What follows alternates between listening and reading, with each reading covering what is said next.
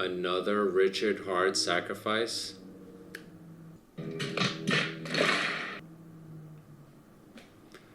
Good evening, everyone.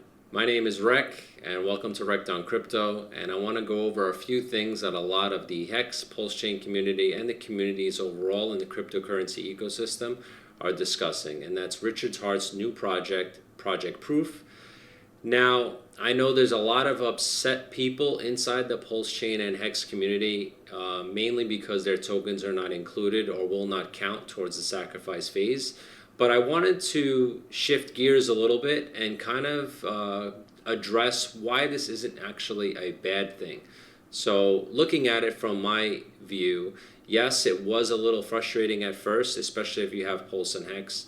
But when you step back a little bit and realize why Richard may be doing this, you may be a little shocked and you might be okay with why he's doing things the way he's doing it. So reason number one, I think the cult community in Hex and Pulse Chain has gone way too extreme, especially lately with the whole Pulse Chain, PulseX, Inc., and the communities aren't really meshing together with the rest of the Ethereum community, BNB, Solana, Chainlink even. And I think that this was his way to not really favor the Hex and Pulse Chain community, essentially. So it's pretty much like, hey, I'm launching this tool and this protocol, and I think that it would be beneficial for everybody. And I don't want to give any kind of advantage to early movers or anything like that, regardless of what the sacrifice schematics are. I think that doing it this way doesn't target the specific community, essentially, right? So I think that that's one good reason why I think that he's doing it this way. Reason number two is because if he did include a lot of the core tokens into this sacrifice phase, I think what you would see is a lot of people pulling liquidity out, especially in PulseX or wherever you have that liquidity, even 9inch, and creating kind of an unstable market. I think there's not that much liquidity right now inside the Pulse Chain ecosystem. So I think preserving whatever liquidity is in there kind of prevents any kind of unstable price action in the future. I know the price has been down so much, so it's really like unstable to most as is.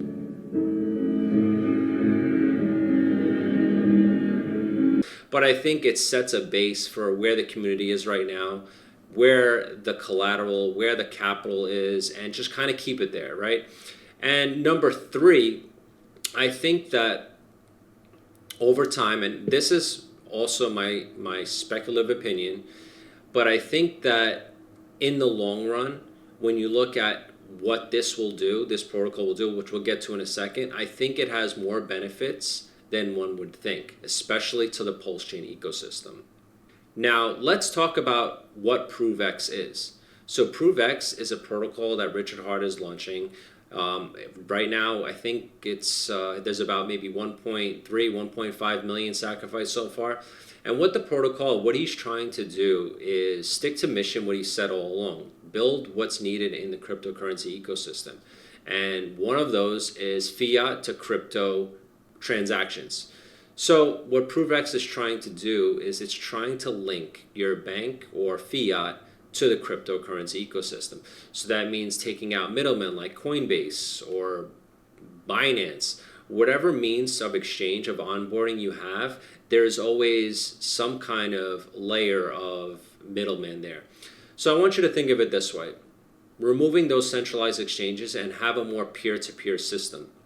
So if you wanted to buy in, let's just say I want to get into the Ethereum ecosystem, but right now I'm just going through Coinbase and it has to clear maybe 5-6 days, and then you can send your money out to the Ethereum address of your choice, whichever one you're using, right?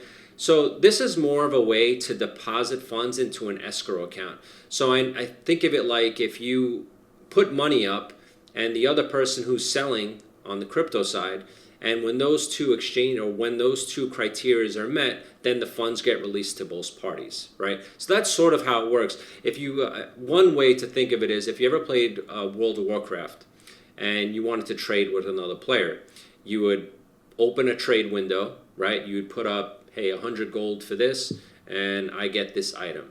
But what happened was like the funds don't actually get released until both parties agreed and locked those tokens into like a mini escrow account, right? And then the transaction would go through. So one way to look at it, how I think this could benefit the Pulse Chain ecosystem.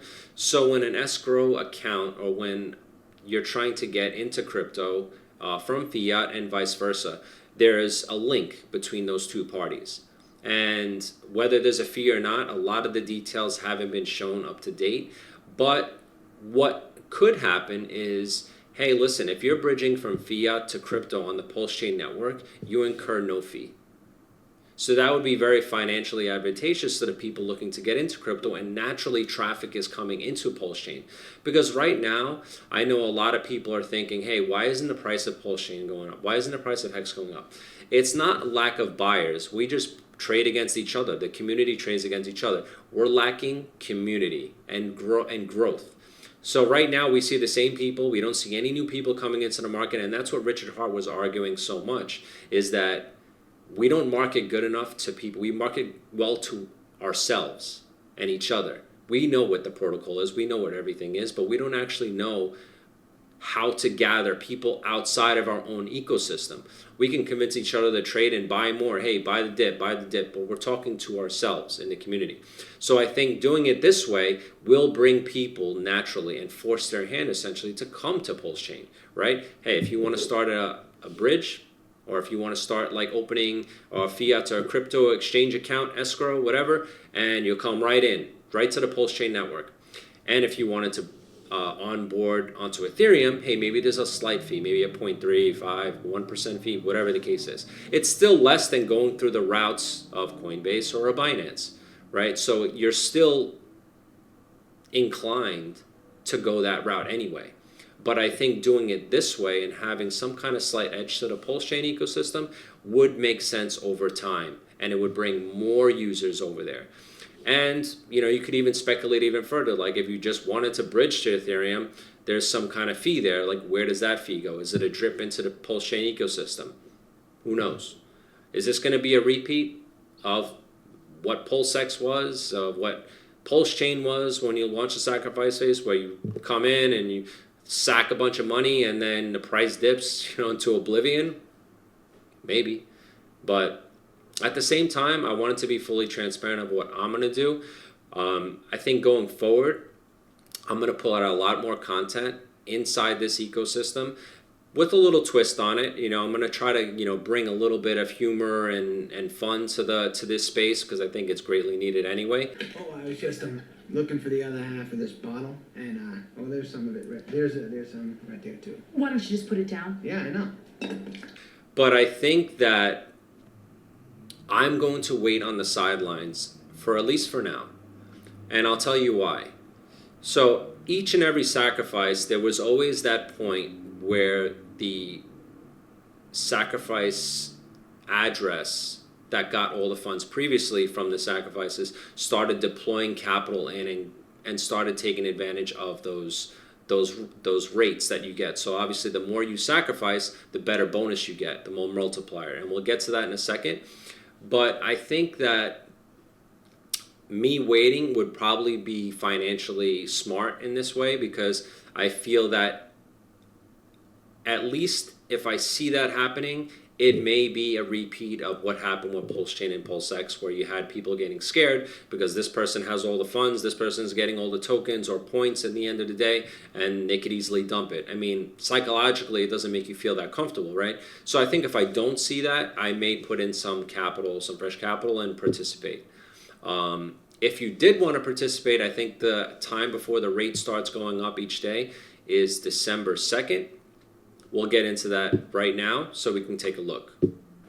Okay, so here's the Sacrifice Phase launch site, and it kind of breaks down everything that's going on. You have everything from when the launch started, which was on November 11th or 10th, I'm not sure. And you can see where we are. So we're on day 4 right now, and as you can see, the rate to get the best price, bang for your buck, is the same, and that won't change until day 23. That's when the price starts going up. So right now, I think it's at $1.10 a dollar per, and then December 2nd, it starts going up 106, 112, and then it gradually, incrementally goes up. You see this little curve right here. And then towards the end, you don't really get much bonus. So if you were looking to get in, the best time would actually be before December 2nd. And like I said, I'm going to be waiting, but that's me. And you also have the stats being broken down here on who actually sacrificed already. So the address is over here on who sacrificed and the token that they used to sacrifice. Mainly, it looks like it's on the Ethereum network for now. The highest sacrificer on here is this person with 50,000, almost 51,000. And you see he was receiving a 2.96 bonus. And like I said earlier, the origin address, so the person who had a bunch of ETH when all that sacrifice shenanigans went on, the first 2 times has deployed it in the past. Because if you remember when Hex launched back in 2019, there was a bunch of ETH that came into the contract every single day. And this is the origin, or this is the start of all that ETH that was being gathered. People are arguing recycling, he's pumping it back into the contracts, and word is that he probably has around 96 to 98% of the whole supply of Hex. Whether you think that's good or not, that's up to you. I have my own opinions on it. We'll discuss on another video. No comment. Okay. No comment. Okay. But, I will be waiting to see if those funds are deployed. And a little piece of information, that address that held all that ETH for so long started rolling in ETH into Tornado Cash. Tornado Cash is a mixer where it kind of just breaks up your transactions to thousands, tens of thousands of transactions, so it's harder to trace. So that right there might be a preemptive move on to something we may see in the future. I'm not sure. I'm speculating there, but I guess we'll wait and see when the day comes, right? So it doesn't look like if you wanted to be it doesn't look that hard if you wanted to be somewhat of a whale. I mean, $40,000, $50,000 gets you to top spot. Yes, that's a lot of money, but at the same time, I mean, given how much money's in this space and based on the community and people in this space, it's not that much. So I think that if you wanted to position yourself on this list pretty handsomely, I think you could do that. So this is what's going on right now, and until the rate increase actually says right here, 17 days, 2 hours. And yep, almost about 1.5 million sacrificed so far. Unique sacrifices is 3611, and unique tokens is 426. That's a lot. I don't even know what are you sacrificing on 24 different networks. So I think that it's doing okay right now.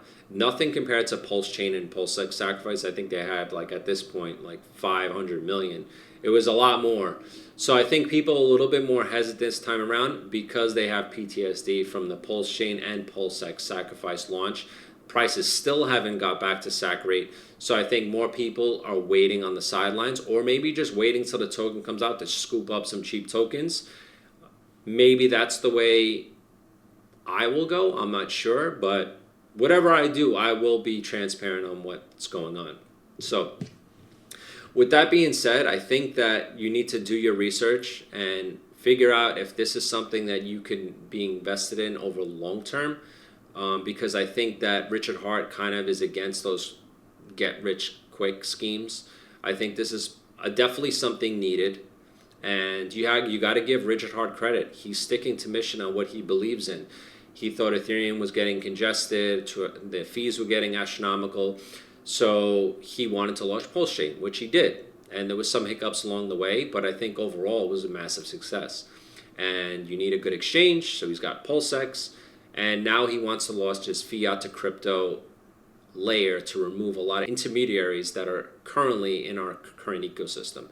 So I think that he's sticking to mission, and you got to give him credit for that. I think he's really, really set the bar high for himself, and he's done a lot over a long period of time. From the self-help books that he started when I first started following Richard, to improving the cryptocurrency ecosystem as a whole, I think he's doing a great job, more than what's out there right now. So I think that I will give him the benefit of the doubt that it will be successful. As far as an investment for me, I will wait and see. Like I said, I'm going to wait and see until this until I see more of an idea and more of clarity, essentially, where this could go, right? But it's something to look at in the future. But pretty much what I'm going to be doing is waiting on the sidelines, and I will bring more content, more video. I will kind of spread the content over various things in this cryptocurrency ecosystem. For now, ProveX is what we got, and we'll kind of just work on this. But I hope you do your research, because I think that's the most important part in cryptocurrency overall. If you expect to get rich quick with this kind of protocol, I wouldn't invest. It's not for you. Richard Hart has proved time and time again that patience outweighs everything. And I know a lot of people in the Hex and Pulse Chain ecosystem are going to be like, I've been waiting for 4 years for this shit to go up. I understand. I get it, right? But at the same time, there's a lot of things going on that's not favoring Richard, that's not favoring the Pulse Chain ecosystem. Yeah, we had an SEC win this year, which was great. And now Interpol's still on his ass. So you got to kind of just wait a little bit on that. Maybe they go hand in hand, and maybe that'll get dismissed as well. But always do your research in everything you're doing in crypto. Protect your wallets. Security is always first, because you can do all this, but if you don't have effective and mature security in this area, you will lose all your money. So that's all I have for you today. As this progresses, I will bring you more content on this. So just remember, don't invest more than what you're willing to lose. I know that's like one of those sayings in this crypto space where it's just like it goes in one ear and out the other at this point. But it's the truth. Always do your research. Protect your assets. Stay secure. Always use your Ledger wallet. And never, ever, ever share your private keys with anyone, because all of this could be for nothing. So that's all I got for you today. You stay safe and don't get wrecked.